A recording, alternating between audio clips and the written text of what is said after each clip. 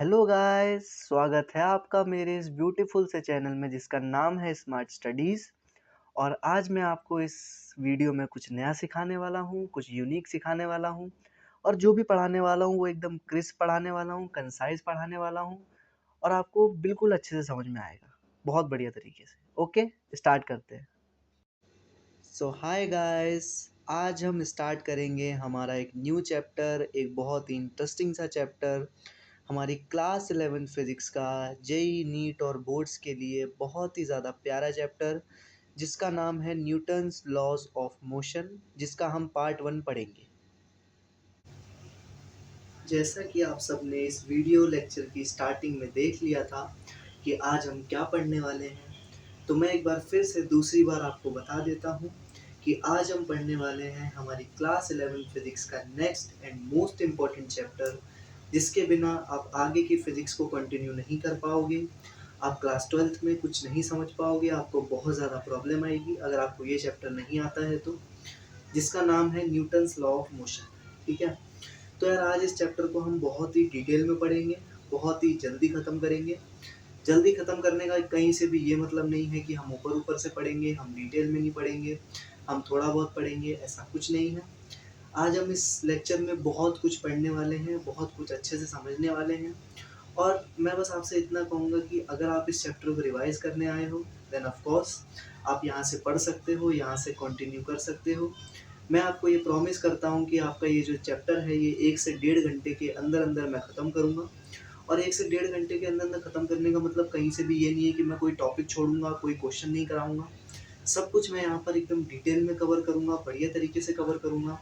और इसके पहले भी आपने मेरा टीचिंग स्टाइल देखा है, मैं किस तरीके से पढ़ाता हूँ, मैं कैसे पढ़ाता हूँ। मैं हमेशा कोशिश करता हूँ कि अपने वीडियो लेक्चर्स में कम से कम समय में, कम से कम टाइम में आपको क्रिस्प और कंसाइज़ कंटेंट प्रोवाइड करूँ, और मैं करता भी हूँ। ठीक है? तो अगर आपको इसके पहले की नॉलेज चाहिए, आपको काइनेमैटिक्स पढ़ना है, आपको यूनिट्स एंड डायमेंशंस पढ़ना है, तो मैंने सब कुछ आपको पहले पढ़ा रखा है, आप उन वीडियो लेक्चर्स से जाके कंटिन्यू कर सकते हैं। ठीक है? आप इसी चैनल के एक तरीके से ओपन करोगे जैसे ही आप इस चैनल को, आपको वहाँ पर हमारी सारी वीडियोज़ मिल जाएँगी। और हम रेगुलर शॉर्ट्स वगैरह भी अपलोड करते रहते हैं, तो आप वो भी देखा करिए, उससे आपकी नॉलेज और ज़्यादा डेवलप होगी और ज़्यादा बढ़ेगी। और आपका कोई कॉन्सेप्ट, कोई टॉपिक अगर वीक है, वो वहाँ से कवर होगा और आप अच्छे से रिवाइज़ भी कर पाओगे। और अगर आपको लॉन्ग लेक्चर्स देखने हैं, तो वो भी हमारे इस चैनल में अवेलेबल है। ठीक है? तो आप जाके देख सकते हैं। अभी के लिए हम इस चैप्टर में बात करते हैं न्यूटन्स लॉ ऑफ मोशन के बारे में। ठीक है? जो कि बहुत ज़्यादा इंपॉर्टेंट चैप्टर है क्लास 11 फिज़िक्स का। तो यहाँ पर हम जेईई, नीट और बोर्ड्स सब कुछ ध्यान में रखते हुए कवर करेंगे। आपने अगर ये वीडियो लेक्चर देख लिया, तो आपको इसके बाद कहीं भी जाने की ज़रूरत नहीं है। चाहे आप इस चैप्टर को पहली बार पढ़ रहे हो, चाहे आप इस चैप्टर को बहुत बार पढ़ चुके हो। अगर कोई बहुत बार पढ़ चुका है, तो इसको 2x पे करके रिवीजन कर सकता है। अगर कोई पहली बार पढ़ रहा है, किसी का कल एग्ज़ाम है, वो आज पढ़ रहा है 1 से डेढ़ घंटा निकाल के, तो भी आप इस चैप्टर को यहाँ से पढ़ के जा सकते हो। और मेरी गारंटी है कि अगर आपने इस चैप्टर को यहाँ से पढ़ लिया, मेरे पास से पढ़ लिया, तो आप अगर 10 में से 2 नंबर लेके आ रहे थे, 10 में से 0 मार्क्स, 10 में से 1 नंबर लेके आ रहे थे, तो आप 10 में से 10 के लायक बन जाओगे। क्योंकि मैं यहाँ पर उन्हीं टॉपिक्स पे एम्फसाइज़ करूँगा जो कि इम्पोर्टेंट है। क्योंकि जिस कंडीशन में, जिस सिचुएशन में आप हो इस टाइम, मैं भी कभी इसी कंडीशन में था। ठीक है? इसी वजह से। तो यार चलिए, मेरे पास तो कोई ऐसा था नहीं जो मेरे को बता सके 1 से डेढ़ घंटे के अंदर-अंदर पूरा पढ़ा सके बढ़िया तरीके से। बट आप लोगों के साथ मैं हूँ, ठीक है? और हमेशा रहूँगा। तो आप लोग बढ़िया तरीके से समझिए और पढ़िए, ठीक है? तो सबसे पहले हम इस चैप्टर में स्टार्टिंग करेंगे इंट्रोडक्शन के साथ, जहाँ पर हम डिस्कशन करेंगे idea of inertia, force, acceleration, momentum. मतलब हम लोग यहाँ पर इंट्रोडक्शन, पहली बात तो इसका इंट्रोडक्शन देखेंगे क्या होता है, ठीक है? उसके बाद हम यहाँ पर डिस्कशन करेंगे इनर्शिया का मतलब क्या होता है, फोर्स क्या होता है, एक्सेलरेशन क्या होता है, मोमेंटम क्या होता है, ठीक है? उसके बाद हम इसी चैप्टर में आगे बात करेंगे टाइप्स ऑफ फोर्सेस के बारे में, कि भाई साहब कितने तरह के फोर्सेस होते हैं, ठीक है? आपने ग्रेविटेशनल फोर्स के बारे में सुना होगा, उसके बारे में चर्चा होगी। आपने नॉर्मल रिएक्शन के बारे में सुना होगा, उसके बारे में चर्चा होगी, ठीक है? और साथ ही साथ यहाँ पर टेंशन फोर्स के बारे में भी हम चर्चा करेंगे। अभी के लिए बस सुन लीजिए, अभी इनको देख के घबराना नहीं है। कोई अगर पहली बार इस चैप्टर को पढ़ रहा है, तो इन टर्म्स को देख के घबराना नहीं है, ठीक है? अभी बस हम इस चैप्टर को देख रहे हैं, ओवरव्यू ले रहे हैं कि हमें इसमें क्या-क्या देखना है। आगे चल के मैं इन सभी पार्ट्स को, जो छोटे-छोटे हैं, इनको ऐसे आपको बताऊँगा, आपको चुटकी बजा के सब कुछ क्लियर हो जाएगा, ठीक है? उसके बाद हम न्यूटन्स लॉ ऑफ मोशन के ऊपर भी चर्चा करेंगे, जो कि इस चैप्टर का नाम है। तो 3 लॉज़ हैं, आपने 9th क्लास में पढ़े होंगे, ठीक है? उसके ऊपर चर्चा करेंगे। उसके बाद हम यहाँ पर इक्विलिब्रियम पे बात करेंगे कि इक्विलिब्रियम का मतलब क्या होता है, ठीक है? उसके ऊपर चर्चा करेंगे। फिर हम कुछ क्वेश्चंस भी देखेंगे, ठीक है, इक्विलिब्रियम के ऊपर क्वेश्चंस देखेंगे, हम पुली सिस्टम के ऊपर क्वेश्चंस देखेंगे, हम मंकी प्रॉब्लम्स के ऊपर क्वेश्चन देखेंगे, ठीक है। हम साथ ही साथ, ठीक है, स्प्रिंग फोर्स और हुक्स लॉ के ऊपर भी चर्चा करेंगे। हम एक्सेलरेटेड फ्रेम्स के ऊपर भी बातें करेंगे कि भाई साहब किसी बॉडी को एक्सेलरेशन दे दिया, उस पे हम लोग एनएलएम कैसे लगाएं। न्यूटन्स लॉ ऑफ मोशन को हम लोग एनएलएम भी बोलते हैं, ठीक है। कंस्ट्रेंट मोशन के ऊपर बात करेंगे कि कंस्ट्रेंट मोशन क्या होता है, इससे हम इक्वेशन बनाते हैं, कैसे बनाते हैं, उनके ऊपर चर्चा करेंगे और ढेर सारे क्वेश्चंस करेंगे, ठीक है। तो ये जो वीडियो लेक्चर है ना, आप ऐसा समझ लो कि ये वीडियो लेक्चर जो है वो 2 in 1 होने वाला है। मतलब यहाँ पर आपको प्रॉपर क्वेश्चंस भी मिलेंगे, यहाँ पर आपको प्रॉपर थ्योरी भी मिलेगी और आपका जो ये चैप्टर है ना वो ऐसा हो जाएगा कि आपको फिर कुछ करने की इसमें ज़रूरत ही नहीं पड़ेगी, सिवाय थोड़ा बहुत क्वेश्चन प्रैक्टिस की, ठीक है। अगर आप कहोगे तो मैं इसका अलग से क्वेश्चन प्रैक्टिस वाला पार्ट ले आऊँगा, नहीं तो इस चैप्टर में मैं इतने क्वेश्चन करा दूँगा, इतनी सारी चीज़ें करवा दूँगा कि आपको आगे कुछ करने की ज़रूरत ही नहीं पड़ेगी, ठीक है। तो फिर चलिए फिर स्टार्ट करते हैं इस चैप्टर को, इस चैप्टर के इंट्रोडक्शन के साथ। हाँ भाई, तो अब हम लोग कंटिन्यू करते हैं आगे और देखते हैं इस चैप्टर का इंट्रोडक्शन कि क्या है आखिरकार इस चैप्टर में, जो कि हमें पढ़ना है, हमें समझना है और बहुत अच्छे से सारी चीज़ों को क्लियर करना है, ठीक है। तो सबसे पहले इंट्रोडक्शन में तो यार सबसे पहले हम इस चैप्टर का नाम पकड़ते हैं, ठीक है। इस चैप्टर का नाम क्या है? सब लोग बोलेंगे इस चैप्टर का नाम क्या है? इस चैप्टर का नाम है न्यूटन्स लॉ ऑफ मोशन, या लॉज भी लिख सकते हो, ठीक है। न्यूटन्स लॉज ऑफ मोशन, ठीक है। इससे हमें क्या समझ में आ रहा है? इससे हमें यार ये समझ में आ रहा है, अब देखो न्यूटन का नाम तो बच्चा बच्चा जानता है, ठीक है। मेरा भाई 4th क्लास में है, उसे भी न्यूटन के बारे में पता है, ठीक है। न्यूटन आइंस्टाइन एक ऐसे नाम है जो कि पूरी दुनिया जानती है, ठीक है। आप लोग भी जानते होंगे, हम भी जानते हैं, बच्चा बच्चा जानता है, ठीक है। तो न्यूटन्स लॉ ऑफ मोशन का मतलब ये है कि जो न्यूटन भाई साहब थे ना, एक साइंटिस्ट थे, उन्होंने अपने कुछ लॉज ऑफ मोशन तैयार किए थे, ठीक है। मतलब उन्होंने अपने कुछ लॉज दिए थे, उन्होंने अपनी कुछ बातें कही थी, कुछ अच्छी अच्छी बातें कही थी, जिनके बारे में हमें इस चैप्टर में पढ़ना है। उसी के बेसिस पे हमें सवाल लगाने हैं, उसी के बेसिस पे हमें न्यूमेरिकल्स करने हैं और कहीं न कहीं जो आगे की फिज़िक्स है, जो आगे चल के आप कॉलेज में पढ़ोगे, जो आप 11th-12th क्लास में पढ़ोगे, रोटेशनल मोशन वगैरह, ठीक है? वो सब कुछ इसी पे बेस्ड है। मतलब ये चीज़ अगर आपको नहीं आती ना, तो आप आगे फॉरवर्ड कर ही नहीं सकते, आप आगे बढ़ ही नहीं सकते, ठीक है? तो इसलिए न्यूटन्स लॉ ऑफ मोशन एक बेस पार्ट है हमारी फिज़िक्स को स्टार्ट करने का, हमारी एक तरीके से मैकेनिक्स को स्टार्ट करने का, ठीक है? क्या स्टार्ट करने का? मैकेनिक्स स्टार्ट करने का। मैकेनिक्स एक फिज़िक्स की ब्रांच होती है, ठीक है?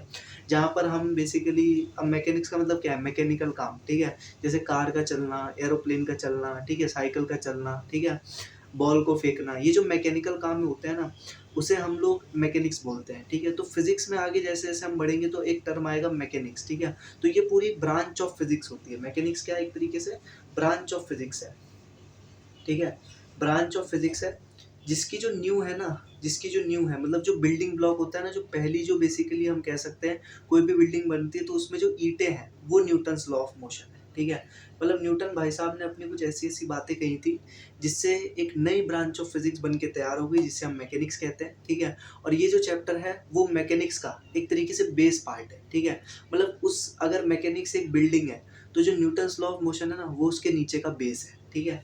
तो आई थिंक मेरे ख्याल से यहाँ तक आपको समझ में आया होगा कि न्यूटन्स लॉ ऑफ मोशन का मतलब क्या होता है, ठीक है। न्यूटन भाई साहब जो कि एक बहुत ही फेमस साइंटिस्ट थे, उन्होंने अपने कुछ लॉज दिए थे, जिससे आगे चल के हमारी एक नई ब्रांच ऑफ फिजिक्स बन के तैयार हो गई, जिसको हम बोलते हैं प्यार से मैकेनिक्स, ठीक है।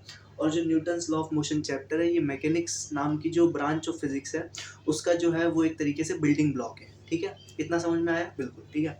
उसके बाद यहाँ पर अभी हमने एक चीज़ पढ़ी थी, देखो न्यूटन्स लॉ ऑफ मोशन का शॉर्ट फॉर्म एनएलएम भी होता है, मतलब कुछ लोग इसको एनएलएम भी बोलते हैं, कुछ लोग इसको पूरा बोल देते हैं न्यूटन्स लॉ ऑफ मोशन, ठीक है। तो कभी अगर कोई आपके सामने एनएलएम एनएलएम बोले तो इसका मतलब समझ जाना कि वो न्यूटन्स लॉ ऑफ मोशन कहना चाह रहा है, ठीक है। बाकी एक चीज़ आपको पता होगी पहले से ही कि मोशन का मतलब क्या होता है, ठीक है। मोशन का मतलब कौन-कौन जानता है, ठीक है। मोशन का मतलब तो यार सबको ही पता होता है, ठीक है। मोशन का मतलब होता है कि अगर कोई बॉडी, ठीक है, अगर कोई बॉडी समय के हिसाब से अपनी पोजीशन को चेंज कर रही है, उसे हम मोशन बोलते हैं, ठीक है। तो मोशन का मतलब मैं बता देता हूँ, if a body changes changes its position with respect to time, मतलब समय के रिस्पेक्ट में अगर वो अपनी पोजीशन चेंज करे कोई भी बॉडी, ठीक है, तो उसे हम लोग क्या बोलते हैं भैया? मोशन बोलते हैं, ठीक है। तो if a body changes its position with respect to time this is called motion, ठीक है, उसी को हम लोग मोशन बोलते हैं। यानी कि यहाँ पर भी हम लोग क्या करेंगे, बॉडी के मूवमेंट के बारे में चर्चा करेंगे। बॉडी को हमने फेंक दिया, बॉडी चल रही है, कोई साइकिल चला रहा है, कोई पेड़ पे चढ़ रहा है, कोई कूद रहा है, कोई उछल रहा है, ठीक है। तो यहाँ पर हम लोग मोशन के बारे में बातें करेंगे, ठीक है। तो मोशन का मतलब क्या होता है, if a body changes its position with respect to time, समय के हिसाब से अगर कोई बॉडी अपनी पोजीशन बदल रही है, मतलब मैं पहले यहाँ पर था, ठीक है, t बराबर 0 सेकंड पे मैं यहाँ पे था, ठीक है, और t बराबर 5 सेकंड पे देखा, ठीक है, तो मैं यहाँ से 5 मीटर दूर आ गया, ठीक है। मैं यहाँ से कहाँ आ गया, 5 मीटर दूर आ गया। तो यानी कि मैंने क्या किया, यहाँ से यहाँ मोशन किया, ठीक है। यहाँ पर मैं रेस्ट पे था और फटाफट से मैं t बराबर 5 सेकंड पे जब देखा तो मैं 5 मीटर दूर खड़ा था, यानी कि मैंने क्या किया, मोशन किया, ठीक है। तो इन्हीं सब चीज़ों के बारे में हम यहाँ पे डिस्कशन करेंगे। तभी इन्हीं सब चीज़ों को देखते हुए जो न्यूटन भाई साहब थे उन्होंने अपने कुछ लॉज तैयार कर दिए कि बॉडी का अगर मोशन हो रहा है ना तो उसी के बेसिस पे उन्होंने अपने लॉज तैयार कर दिए और उन्हीं लॉज का नाम पड़ गया न्यूटन्स लॉ ऑफ मोशन, ठीक है। तो इसी को हम लोग प्यार से क्या बोलते हैं भैया, न्यूटन्स लॉ ऑफ मोशन बोलते हैं। तो न्यूटन्स लॉ ऑफ मोशन का मतलब बस इतना सही होता है कि भाई साहब जो न्यूटन नाम के साइंटिस्ट थे उन्होंने अपने कुछ लॉज दिए थे, बोरिंग बोरिंग से लॉस थे, मतलब बोरिंग तो नहीं है, वैसे तो बोरिंग है बट मैं पढ़ाऊंगा ऐसे कि आपको बिल्कुल भी बोरिंग ना लगे, ठीक है। उन्हीं के बारे में हमें इस चैप्टर में डिस्कशन करना है, ठीक है। अब जब आपने अभी चैप्टर की इंट्रोडक्शन में देखा होगा तो हमने यहाँ पर इंक सी फैल गई थोड़ी, ठीक है।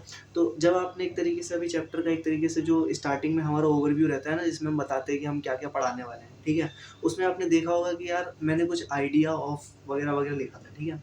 तो अभी हम उनके बारे में चर्चा कर लेते हैं, ठीक है। इस चैप्टर का इंट्रोडक्शन तो इतना ही, क्योंकि न्यूटन्स लॉ ऑफ मोशन तो कोई भी बता देगा कि इसका मतलब क्या होता है, ठीक है। अब हम बात करते हैं आइडिया ऑफ, ठीक है, आइडिया ऑफ सबसे पहले, ठीक है, acceleration.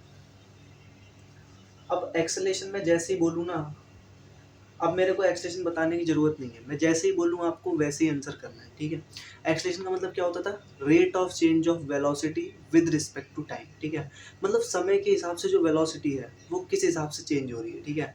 Rate of change of velocity बोल लो या फिर change of velocity with respect to time, ऐसे ही बोल सकते हो, ठीक है। तो एक्सेलरेशन का मतलब क्या होता है भैया, rate of change of velocity, rate of change of velocity, ठीक है। इसके ऊपर मैं ज़्यादा बातें नहीं करूँगा क्योंकि मैं पहले भी बता चुका हूँ, ठीक है, कि एक्सेलरेशन क्या होता है, ठीक है। हमने पहले काइनेमेटिक्स वाले पार्ट में इसके ऊपर डिस्कशन कर रखा है, ठीक है। तो एक्सेलरेशन का मतलब क्या होता है, rate of change of velocity, ठीक है, बस आपको इतना ध्यान में रखना है, ठीक है। इसके कुछ फॉर्मूलेज होते थे, पहला फॉर्मूला dv/dt, ठीक है, दूसरा फॉर्मूला d2x/dt², ठीक है, तीसरा फॉर्मूला v इंटू dv/dx, ठीक है। तो ये इसके 3 फॉर्मूले होते थे। सबसे ज़्यादा काम का जो इस चैप्टर में फॉर्मूला है वो ये वाला है, ठीक है। वैसे तो ये भी उतना काम नहीं आएगा, ठीक है, बस आपको एक्सेलरेशन का मतलब मेरे को रिवाइज करवाना था, ठीक है, कि अगर क्योंकि आगे चल के फोर्स वगैरह आएगा तो आपको एक्सेलरेशन पता होना चाहिए, ठीक है। एक्सेलरेशन का मतलब क्या होता है, rate of change of velocity, मतलब कोई बंदा दौड़ रहा था, ठीक है। अगर कोई बंदा दौड़ रहा है, सिर्फ दौड़ रहा है, ठीक है, तो उसके पास अपनी स्पीड होगी और वो जिस डायरेक्शन में दौड़ रहा है, अगर मैंने वो डायरेक्शन भी दे दिया तो वो उसकी वेलोसिटी हो जाएगी, ठीक है। और उसकी वेलोसिटी कांस्टेंट है तो उसका एक्सेलरेशन 0 है। बट अगर उसकी वेलोसिटी चेंज हो रही है यानी कि उसके पास एक्सेलरेशन है, ठीक है, सिंपल सी बात। अगर उसकी वेलोसिटी बढ़ रही है तो उसके पास पॉजिटिव एक्सेलरेशन है, अगर उसकी वेलोसिटी घट रही है तो उसके पास नेगेटिव एक्सेलरेशन है, जिसको हम रिटार्डेशन बोलते हैं, ठीक है। तो इसके ऊपर मैं चर्चा नहीं करने वाला क्योंकि उसके ऊपर बच्चा बच्चा जानता है इसका मतलब क्या होता है, ठीक है। बस आपको ध्यान रखना है कि अगर किसी टाइम इंटरवल के लिए बात किया जाए तो एक्सेलरेशन हो जाता है delta we upon delta T, ठीक है, बड़े टाइम के लिए। और छोटे से टाइम के लिए किसी इंस्टेंटेनियस टाइम पे बात करा जाए तो इसका मतलब होता है dv/dt, ठीक है, सिंपल।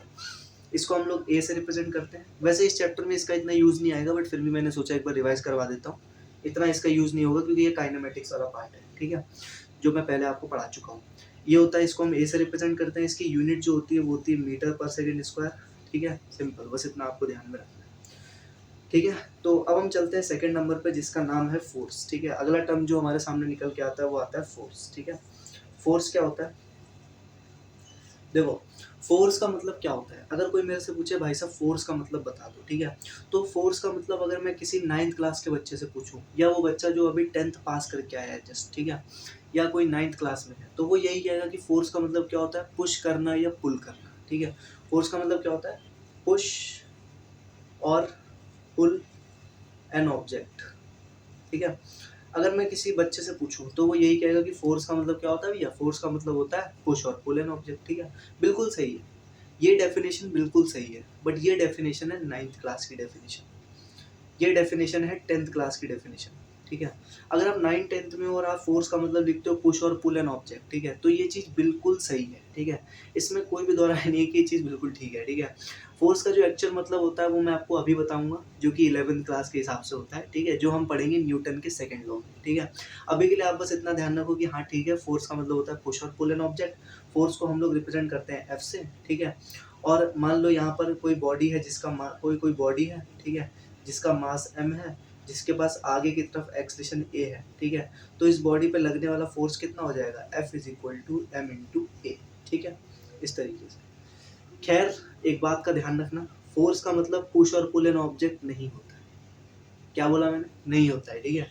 मतलब होता है, लेकिन ये बहुत ही मतलब एकदम बेसिक से भी बेसिक डेफ़िनेशन है। मतलब आप ऐसे समझ लो कि ये एबीसीडी भी नहीं है, जो अभी हम पढ़ने वाले हैं उसकी, ठीक है? बस अभी के लिए इतना ध्यान रखो जितना मैं पढ़ा रहा हूँ कि फ़ोर्स का मतलब पुश और पुल इन ऑब्जेक्ट होता है। हाँ, ठीक है, होता है, 9th-10th क्लास के हिसाब से होता था, बिल्कुल होता था, ठीक है? इसका एग्ज़ैक्ट डेफ़िनेशन मैं आपको अभी पढ़ाऊँगा थोड़ी देर में, ठीक है?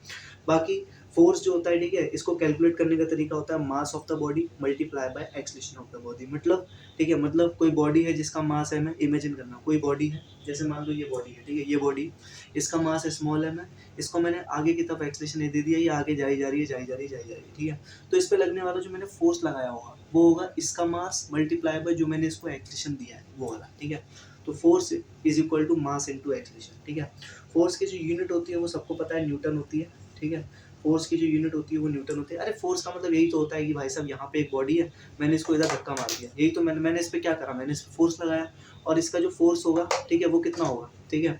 मैंने इस पे आगे की तरफ फ़ोर्स लगाया, 1 मिनट, हाँ, मैंने इस पे आगे की तरफ फ़ोर्स लगाया, ठीक है? और ये फ़ोर्स कितना होगा? इसका मास मल्टीप्लाई बाय जो एक्सेलरेशन इसके पास आया, इसको धक्का मारने के बाद, वो वाला, ठीक है? सिंपल। फ़ोर्स को हम लोग F से रिप्रेज़ेंट करेंगे इस चैप्टर में और आगे भी, ठीक है? और इसकी जो यूनिट होती है वो होती है न्यूटन, ठीक है? और दूसरी यूनिट इसकी आप ये भी लिख सकते हो, मास की यूनिट किलोग्राम और एक्सेलरेशन की यूनिट मीटर पर सेकंड स्क्वायर, ठीक है? सिंपल। तो ये हमारा फ़ोर्स हो जाता है, ठीक है? इसी को हम लोग प्यार से फ़ोर्स बोलते हैं, ठीक है? अभी के लिए आप बस जितना बता रहा हूँ उतना ध्यान दो, ये चैप्टर अभी स्टार्ट हुआ है। इस चैप्टर में हम एकदम बेसिक टू एडवांस जाएँगे अभी थोड़ी देर में, ठीक है? अब हम चलते हैं इसके अगले टॉपिक पे जिसका नाम है मोमेंटम और इनर्शिया, ठीक है? मोमेंटम और इनर्शिया के ऊपर हम अच्छे से अभी चर्चा करेंगे बढ़िया तरीके से और एकदम डिटेल में बातें करेंगे।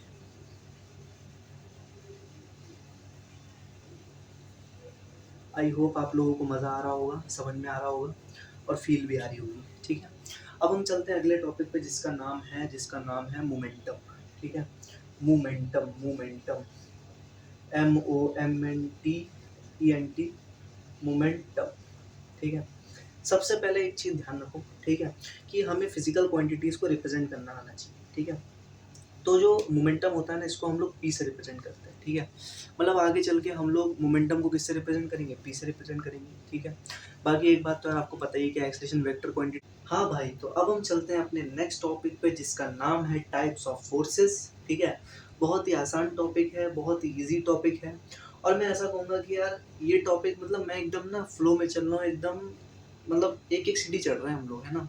सबसे पहले हमने इस चैप्टर का सिंपल इंट्रोडक्शन देखा, फिर हमने कुछ आइडियाज़ के बारे में डिस्कशन किया, अभी हम आ रहे हैं फोर्सेस के ऊपर, ठीक है?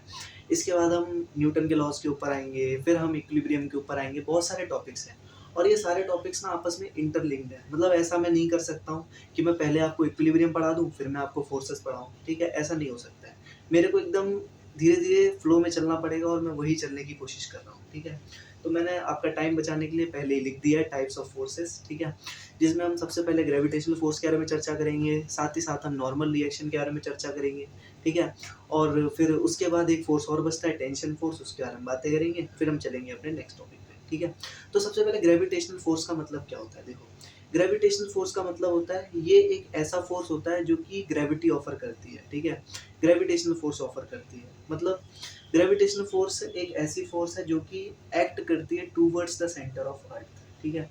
यानी कि हम ऐसा लिख सकते हैं, it acts towards the centre of earth. मतलब एक ऐसी फोर्स जो कि अर्थ के सेंटर की तरफ एक्ट करती है, ठीक है।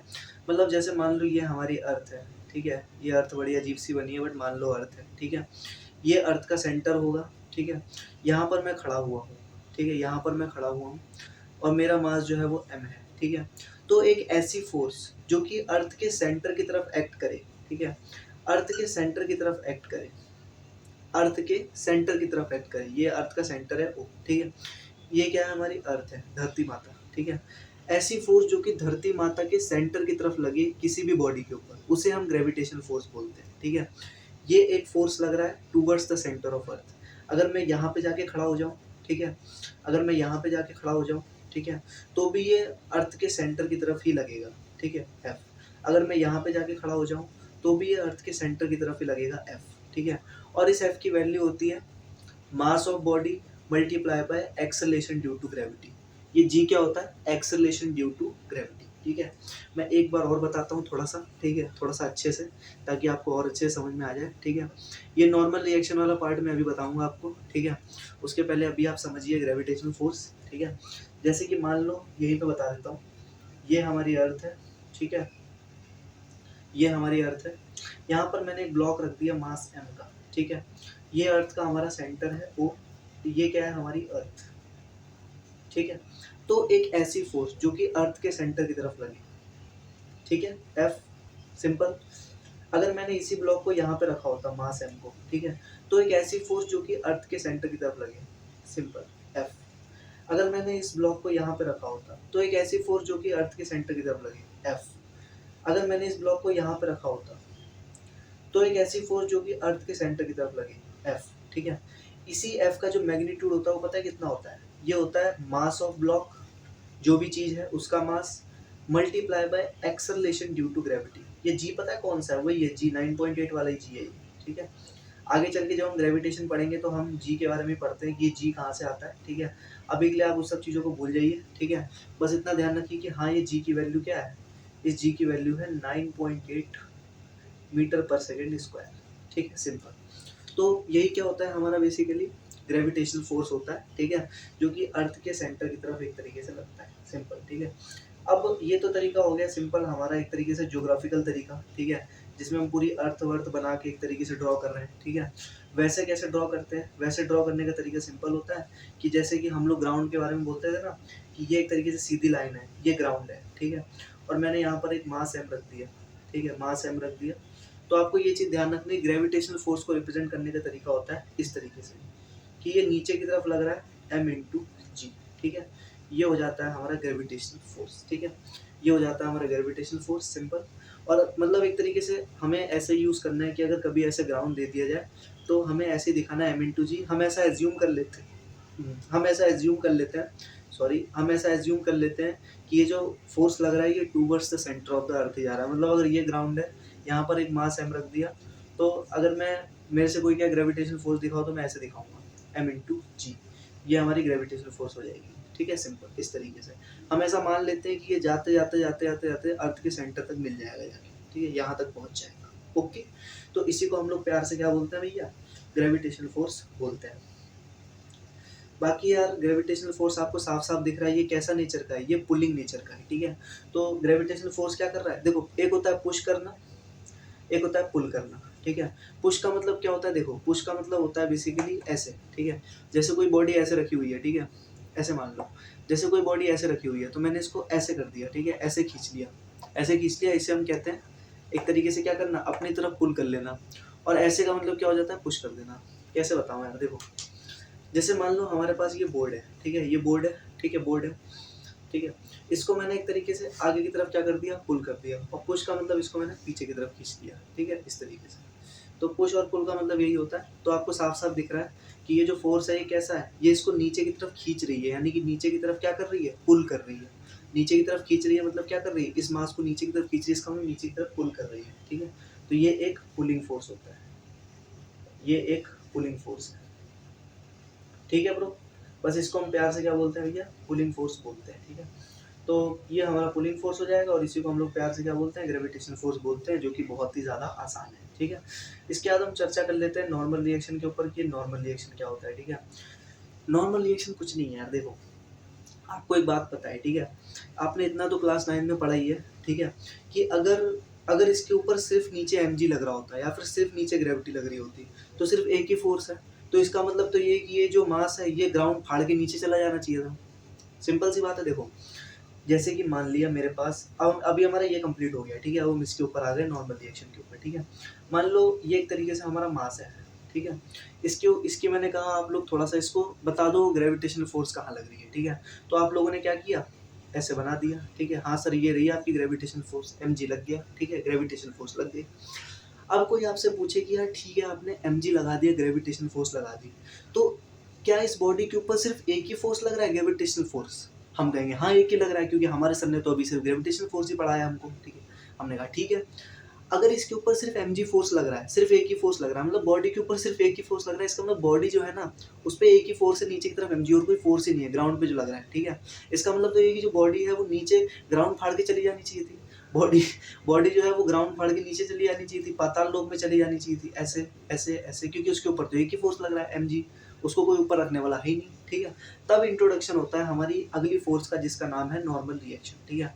नॉर्मल रिएक्शन कुछ नहीं है यार, देखो सिंपल सी बात है, कोई बॉडी अगर ग्राउंड पे रखी हुई है मास m की, ठीक है, तो उसके ऊपर अगर नीचे की तरफ mg लग रहा है ना, तो उसके ऊपर ऊपर की तरफ एक नॉर्मल रिएक्शन नाम का फोर्स लग रहा है, ठीक है। कुछ समझे? इसको हम रिप्रेजेंट करते हैं ग्रेविटेशनल फोर्स को mg से, ठीक है, इसको हम लोग रिप्रेजेंट करते हैं n से, ठीक है। mg मतलब mass of that body multiply by acceleration due to gravity, और n का मतलब नॉर्मल रिएक्शन, ठीक है। तो सिंपल सी बात है, इसी वजह से ये बॉडी ग्राउंड पे टिकी हुई है, ठीक है, क्योंकि उसके ऊपर, अब देखो सिंपल सी बात है, ठीक है, जैसे कि कोई ये मार्कर रखा हुआ है, ठीक है, इसको अगर मैं कह दूं इसको मैंने इधर की तरफ खींच दिया, ठीक है, एक ही फोर्स लग रहा है इसके ऊपर इधर की तरफ, तो ये खींचे चला जाएगा, खींचे चला जाएगा, खींचे चला जाएगा, सिंपल सी बात है। वैसे ही अगर ये मास m है, इसके ऊपर नीचे की तरफ mg लग रहा है, तो ये नीचे चला जाना चाहिए, ये ग्राउंड फाड़ के नीचे चला जाना चाहिए, नहीं जा रहा ना, क्यों नहीं जा रहा? क्योंकि उसके ऊपर एक फोर्स लग रहा है ऊपर की तरफ, जो कि mg को क्या कर रहा है, बैलेंस कर रहा है, ठीक है। और इसी को हम लोग क्या बोलते हैं, नॉर्मल रिएक्शन बोलते हैं, ठीक है। इतना समझ में आ गया? बिल्कुल, इसी को हम लोग प्यार से क्या बोल देते हैं, नॉर्मल रिएक्शन बोल देते हैं, ठीक है। यानी कि ये जो मास है ये नीचे धरती फाड़ के इसलिए नहीं जा पा रहा है क्योंकि इसको एक दूसरा फोर्स बैलेंस कर रहा है, जिसका नाम है नॉर्मल रिएक्शन, ठीक है। और साफ साफ दिख रहा है कि ये नॉर्मल रिएक्शन अगर ये पुलिंग नेचर का है, अपनी तरफ खींच रहा है, तो ये पुशिंग नेचर का है, ये उसको ऊपर की तरफ पुश कर रहा है, ठीक है। तो इसका नेचर क्या होता है, पुशिंग नेचर, ठीक है, सिंपल। और ये एक तरीके का क्या है, कॉन्टैक्ट फोर्स है। कॉन्टैक्ट फोर्स है, इसका मतलब क्या है कि बॉडी जब तक जमीन पे रहेगी तब तक ही नॉर्मल रिएक्शन लगेगा, अगर बॉडी को हवा में ले गए ना तुम, तो नॉर्मल रिएक्शन नहीं लगेगा, ठीक है। ये क्या है, एक तरीके का कॉन्टैक्ट फोर्स है, ठीक है। अब देखो सिंपल सी बात है, आपको एक लाइव एग्जांपल करके दिखाता हूँ, ठीक है। जैसे ये जमीन है, ठीक है, ये बोर्ड जो है वो जमीन है, ये मास m की बॉडी है, यहाँ पर मैंने रख दी, ठीक है। तो अगर इस बॉडी के ऊपर, अगर इस मास के ऊपर सिर्फ mg लग रहा होता, तो ये जो बॉडी है ना, ये इस बोर्ड को तोड़ के नीचे चली जाती पाताल लोक में, डायरेक्ट अर्थ के सेंटर पे चली जाती, ठीक है। बट क्या है, ऐसा है? बिल्कुल नहीं है। क्यों? क्योंकि ये जो बॉडी है ना, इसके ऊपर भले ही नीचे की तरफ mg लग रहा है, बट नॉर्मल रिएक्शन इसके ऊपर की तरफ लग रहा है, जिसके कारण ये बॉडी जो है ये रेस्ट पे है, ये इक्विलिब्रियम पे है, इस पे कोई फोर्स नहीं लग रहा है, ठीक है। इक्विलिब्रियम छोड़ो, इसके ऊपर कोई भी फोर्स नहीं लग रहा है, ये बॉडी अपनी रेस्ट पोजीशन पे है, ठीक है। यानी कि इसके ऊपर नीचे की तरफ mg लग रहा है, ऊपर की तरफ नॉर्मल लग रहा है, ठीक है। अब थोड़ी देर के लिए ऐसा मान लो, ठीक है, कि मैंने क्या किया, इस बॉडी को हवा में ले गया मैं यहाँ पे, ठीक है, यहाँ पे ले गया। अब मैंने क्या किया, इसको छोड़ दिया, ठीक है। अब मैं जब इसको छोड़ूंगा ना, तो ये रेस्ट पे रहेगी? नहीं रहेगी, ये नीचे की तरफ जाएगी। अब लगेगा इसके ऊपर mg सिर्फ और सिर्फ, क्योंकि अब नॉर्मल रिएक्शन नहीं लग सकता, क्योंकि ये किसी के साथ कांटेक्ट में नहीं है। इस बात का हमेशा ध्यान रखना, mg फोर्स आप कभी भी लगा सकते हो, कहीं भी लगा सकते हो, बट नॉर्मल रिएक्शन आप तभी लगा सकते हो जब वो किसी बॉडी के साथ कांटेक्ट में हो, ठीक है। इसलिए मैंने इसको कांटेक्ट फोर्स बोला। यहाँ पर रखा था, बिल्कुल नॉर्मल रिएक्शन और mg दोनों लग रहे हैं, बट यहाँ पे रखोगे तो डायरेक्ट नीचे जाएगा। इसका मतलब क्या है, इसका मतलब ये है कि इसके ऊपर सिर्फ mg लगा, और जैसे ही ये जमीन पे पहुंच गई, mg नॉर्मल दोनों लगने लगे, ठीक है। तो mg तो आप कहीं भी, किसी भी जगह पे, किसी भी दुनिया के कोने में लगा लो, कोई दिक्कत नहीं है, बट नॉर्मल रिएक्शन आप तभी लगा सकते हो जब बॉडी किसी के साथ कॉन्टेक्ट में हो, ठीक है। बस इस बात का ध्यान रखना, और ये वाला स्ट्रक्चर आपको ध्यान रखना है, ठीक है। समझ गए? कॉन्टैक्ट फोर्स मैंने इसलिए बोला क्योंकि मान लो ये ग्राउंड है और आपने यहाँ पर मास m रख दिया, आप इसके ऊपर भी नॉर्मल रिएक्शन लगाओगे कि नीचे mg लग गया, ऊपर नॉर्मल लग गया, ऐसा थोड़ी ना होगा। इसके ऊपर सिर्फ और सिर्फ mg लगेगा, बट जैसे ही ये ग्राउंड पे आ जाएगा ना, अब इसके ऊपर दोनों लगने लगेंगे, नीचे की तरफ mg, ऊपर की तरफ नॉर्मल, ठीक है, सिंपल। आई थिंक मेरे ख्याल से नॉर्मल रिएक्शन और ग्रेविटेशन फोर्स आपको एकदम क्लियर है। अब हम चलते हैं टेंशन फोर्स के ऊपर, ठीक है। यहीं पे पढ़ा देता हूँ टेंशन फोर्स भी जल्दी से, ठीक है।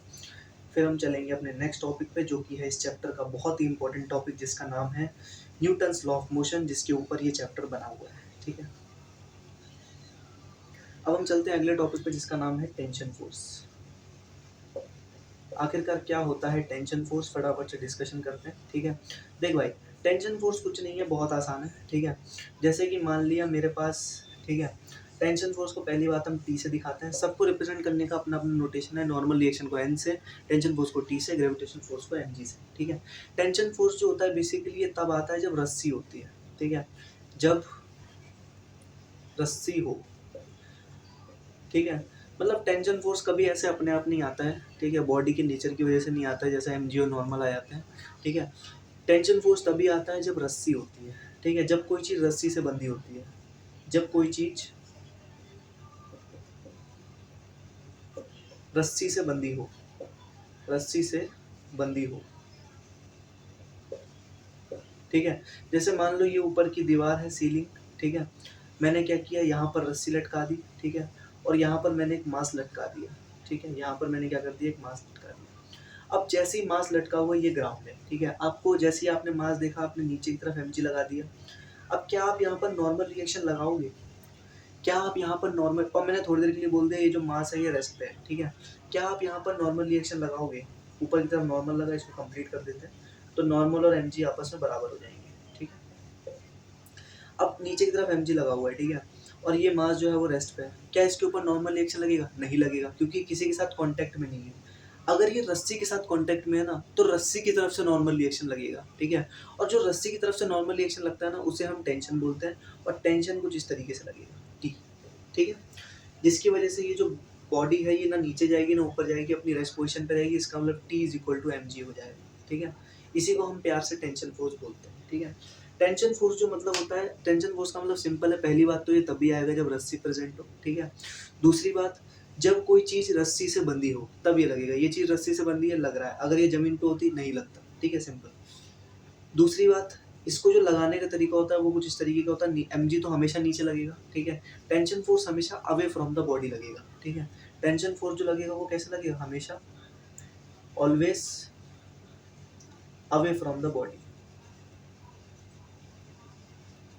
इसको आपको हमेशा कैसे लगाना है भैया? अवे फ्रॉम द बॉडी लगाना है, बॉडी से दूर लगाना है, ठीक है। इस बात का आपको ध्यान में रखना है। इसी को हम टेंशन फोर्स बोलते हैं। और साफ साफ दिख रहा है टेंशन फोर्स कैसा है, एक तरीके से पुलिंग नेचर का है कि पुशिंग नेचर का है, ठीक है। ये तो एमजी जो है ये एक तरीके से अपनी तरफ क्या कर रहा है, पुल कर रहा है, तो ये पुलिंग नेचर का है क्योंकि नॉर्मल रिएक्शन जैसा ही है, ठीक है।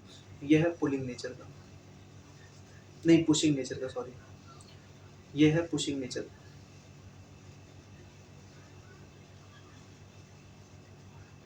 ये है पुशिंग नेचर का, ठीक है सर। तो बस यही चीज़ आपको ध्यान में रखनी है। कभी अगर रस्सी प्रेजेंट हो तो टेंशन फोर्स लगा देना, कभी अगर ग्राउंड के साथ कांटेक्ट में हो तो नॉर्मल रिएक्शन लगा देना, कभी अगर सिर्फ हवा में हो तो सिर्फ एमजी लगा देना। और एमजी तो हर जगह लग जाएगा, यहाँ भी लग रहा है, यहाँ भी लग रहा है, और वहाँ भी लग रहा था, हवा में था, ठीक है। तो बस इतना ध्यान रखना, टेंशन फोर्स तभी आएगा जब रस्सी प्रेजेंट होगी, ठीक है। और ये हमेशा अवे फ्रॉम द बॉडी लगेगा। एमजी भी हमेशा अवे फ्रॉम द बॉडी लगेगा, नॉर्मल टूवर्ड्स द बॉडी लगेगा, ठीक है, हमेशा ध्यान रखना। यानी कि एमजी, ठीक है, एमजी जो है ये एक तरीके से एमजी और टेंशन जो है ये away from the body, away from body. ये मेरे को रटवाने की जरूरत नहीं है यार, आपको तो ऐसे ही समझ में आ रहा होगा, ठीक है। धीरे धीरे प्रैक्टिस करोगे अपने आप आ जाएगा। एमजी और tension away from the body, और normal reaction towards the body, towards the body, simple, ठीक है। बस यही था हमारा ग्रेविटेशनल फोर्स, टेंशन फोर्स और नॉर्मल रिएक्शन, ठीक है। आई थिंक मेरे ख्याल से आप लोगों को एकदम क्लियर है। बस मैं एक बार छोटा सा आपको एग्जांपल देके और समझा देता हूँ, ठीक है। जैसे कि मान लो, ठीक है, बस इतनी सी जगह काफ़ी है, ठीक है, बाकी बाद में मिटा लूँगा। मान लो कभी बॉडी कुछ इस तरीके से रखी हुई है, मास नीचे की तरफ लगेगा mg, ऊपर की तरफ लगेगा नॉर्मल, बॉडी है रेस्ट पे, नॉर्मल बराबर mg, बात खत्म, ठीक है, सिंपल। उसके बाद कभी अगर बॉडी को हवा में छोड़ दिया ऐसे, ठीक है, हवा में छोड़ दिया, तो इसको नीचे की तरफ mg लगेगा, बस, और कुछ नहीं लगेगा, ना नॉर्मल रिएक्शन लगेगा ना टेंशन लगेगा। कभी अगर बॉडी को ऊपर ऐसे रस्सी में बांध दिया, ठीक है, रस्सी में बांध दिया, तो नीचे की तरफ mg लगेगा, ऊपर की तरफ टेंशन लगेगा, और बॉडी अगर रेस्ट पे ही दे रखा है तो टेंशन बराबर mg हो जाएगा।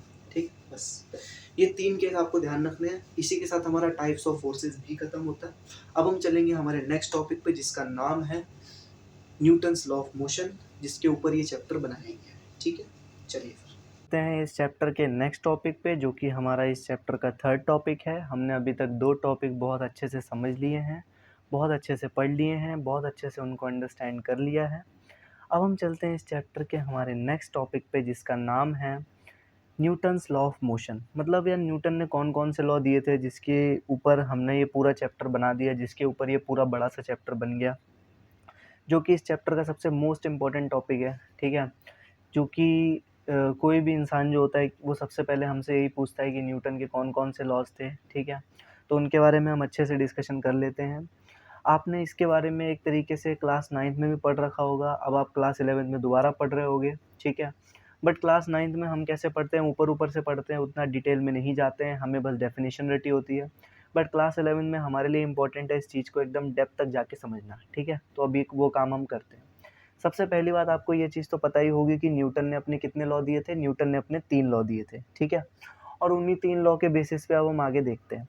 न्यूटन का जो पहला लॉ था उसको हम बोलते हैं न्यूटन्स फर्स्ट लॉ। मैंने पहले से ही लिख दिया है, जिसको डेफिनेशन याद करनी हो, लिखनी हो, वो अपने नोट्स भी बना सकता है साथ साथ। ठीक है, क्योंकि मैं पढ़ाता ही ऐसे हूँ कि आप साथ में नोट्स भी बना सकें, और जिसको एक तरीके से रिवीजन करना है वो रिवीजन भी कर सकता है। ठीक है, मैंने पहले लिख दिया ताकि आपका भी टाइम बचे और मेरा भी टाइम बचे।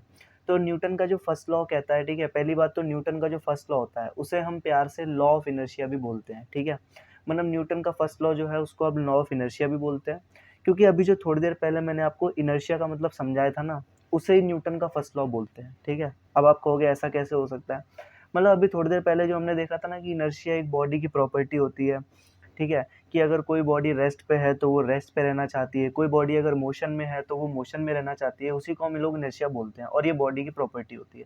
इसमें बस एक छोटी सी लाइन और ऐड हो जाती है कि कोई भी चीज़ अगर रेस्ट पे है तो वो रेस्ट पे रहे, कोई चीज़ अगर मोशन में है तो वो मोशन में रहे, जब तक उस पे कोई एक्सटर्नल फोर्स अप्लाई ना किया जाए। सिंपल, इसी को हम कहते हैं न्यूटन का फर्स्ट लॉ, यही होता है लॉ ऑफ इनर्शिया। तो वही चीज़ लिखी है, एवरी ऑब्जेक्ट या फिर body tends to at rest और motion until and unless an external force applied to it. ठीक है, मतलब जब तक हम किसी बॉडी पे कोई एक्सटर्नल फोर्स नहीं लगाएंगे तब तक वो रेस्ट पे है तो वो रेस्ट पे रहेगी, अगर वो चल रही है तो वो चलती रहेगी। ठीक है, कांस्टेंट वेलोसिटी के साथ। इसी को हम लोग बोलते हैं न्यूटन का फर्स्ट लॉ, जिसको हम बोलते हैं लॉ ऑफ इनर्शिया। ठीक है, this law is based on the concept of inertia. Simple सी बात है यार, मैंने आपको इनर्शिया का मतलब अभी थोड़ी देर पहले इतना इसलिए टाइम लेके समझाया ताकि आपको यहाँ पे प्रॉब्लम ना आए, क्योंकि इनर्शिया क्या है, इनर्शिया एक बॉडी की प्रॉपर्टी है। वैसे ही सिंपल उसमें एक छोटी सी लाइन ऐड कर दिया एक्सटर्नल फोर्स, तो हमारा न्यूटन का फर्स्ट लॉ बन गया। ठीक है, इसका हमने एग्जाम्पल भी एक तरीके से इनर्शिया का हमने एग्जाम्पल 2 एग्जाम्पल देखे थे। पहला मैन इन अ बस। ठीक है, मैंने आपको एग्जाम्पल देके समझाया था कि एक आदमी गाड़ी में बैठा हुआ है, फिर गाड़ी एकदम से आगे एक्सलेट होगी तो आदमी को पीछे की तरफ झटका फील हुआ, क्योंकि उसकी बॉडी उस चेंज को रेजिस्ट कर रही थी, उसकी बॉडी रेस्ट पे थी, वो रेस्ट पे ही रहना चाहती थी, वो अपना मोशन नहीं कराना चाहती थी, उसी कारण उसको ऐसा फील हुआ। This is because of its inertia at rest. ठीक है, गन शूटिंग में भी हमने देखा था, ठीक है, कि गन जो हम रियल वाली गन या फिर छर्रे वाली गन चलाते हैं, जो कि ज़्यादा एक तरीके से गोली फेंकती है आगे। ठीक है, मतलब जो बड़ी वाली गोली होती है, बच्चों वाली नहीं, जो जो रियल वाली गोलियाँ होती हैं, छर्रे वाली या फिर रियल वाली, उसमें भी हम ऐसा फील करते हैं कि हमें पीछे की तरफ झटका लगता है। ठीक है, वो इसी वजह से होता है, due to the inertia of body. ठीक है, और इसी को हम लोग बोलते हैं न्यूटन का फर्स्ट लॉ। तो सारी बात आप भूल सकते हो, बस आप इतना ध्यान रखो, कभी आपसे कोई न्यूटन का फर्स्ट लॉ पूछे, आपको बस इतना कहना है कि अगर कोई बॉडी रेस्ट पे है तो वो रेस्ट पे रहेगी, अगर कोई बॉडी मोशन में है तो वो मोशन करती रहेगी जब तक उस पर कोई दूसरा फोर्स, एक्सटर्नल फोर्स ना लगाया जाए। ठीक है, सिंपल। जैसे कि ये एक तरीके से कोई बॉडी है, यहाँ पे रखी हुई है। ठीक है, तो अगर मैं यहाँ से अभी चला जाऊँ और मैं इसको 1 करोड़ साल बाद आके देखूँ, तो अगर ये प्लेस ऐसे ही रहेगी, ठीक है, अगर यहाँ पे आंधी तूफान वगैरह कुछ नहीं आया, सुनामी वगैरह कुछ नहीं आई, बिल्कुल ऐसे ही रहा, ठीक है, तो ये 1 करोड़ साल बाद ये इन्फिनिटी टाइम के लिए ऐसे ही पड़ा रहेगा। ठीक है, ये जो हमारा, ठीक है, बॉडी है, ठीक है, बट ये तब तक मूव नहीं करेगा जब तक इसको कोई बाहरी फैक्टर ना ऑपरेट करे। ठीक है, जैसे ही मैंने उसके ऊपर फोर्स लगाया, इसने अपना मोशन स्टार्ट कर दिया। यही तो है, सिंपल, यही है न्यूटन का फर्स्ट लॉ। ठीक है, तो बस आपको यही चीज़ यहाँ पर ध्यान में रखनी है, और इसी के साथ हमारा जो न्यूटन का फर्स्ट लॉ है वो एक तरीके से ख़त्म होता है। ओके, अब हम चलते हैं हमारे न्यूटन के सेकेंड लॉ पे, जिसको हम कहते हैं लॉ ऑफ एक्सेलरेशन। ठीक है, अब हम चलते हैं भाई न्यूटन के सेकेंड लॉ पे, जो कि बहुत ज़्यादा इम्पोर्टेंट है, बहुत ही ज़्यादा खतरनाक है, और काफ़ी टफ माना जाता है लोगों के द्वारा। आज के बाद पढ़ने के बाद आपको ये न्यूटन का सेकेंड लॉ एकदम आपकी फिंगर टिप्स पे होगा, आपको एकदम अच्छे से याद होगा और आप इसे ज़िंदगी में नहीं भूल पाओगे, मतलब अगर चाहोगे भी ना तो भी नहीं भूल पाओगे। मैं आपको एक बात पहले ही क्लियर कर दूँ कि जब भी मैं पढ़ाने आता हूँ ना, मैं रिवाइज़ करके नहीं आता हूँ।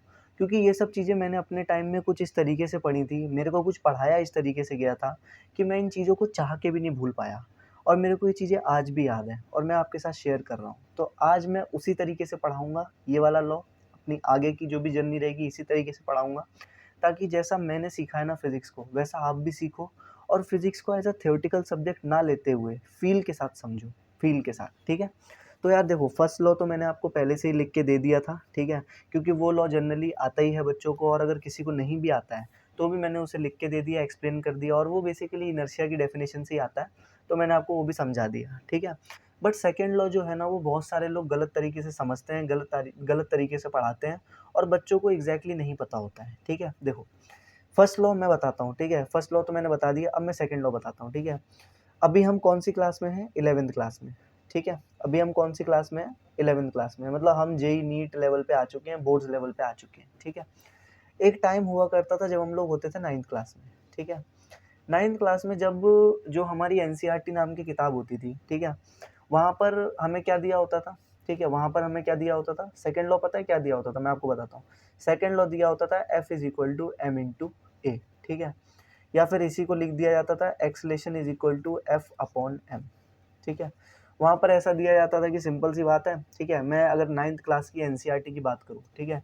9th क्लास की जो एनसीईआरटी की किताब है, ठीक है? तभी तो मैं 9th 10th क्लास पढ़ाता नहीं उतना, क्योंकि मेरे को 11th 12th क्लास में ही मज़ा आता है।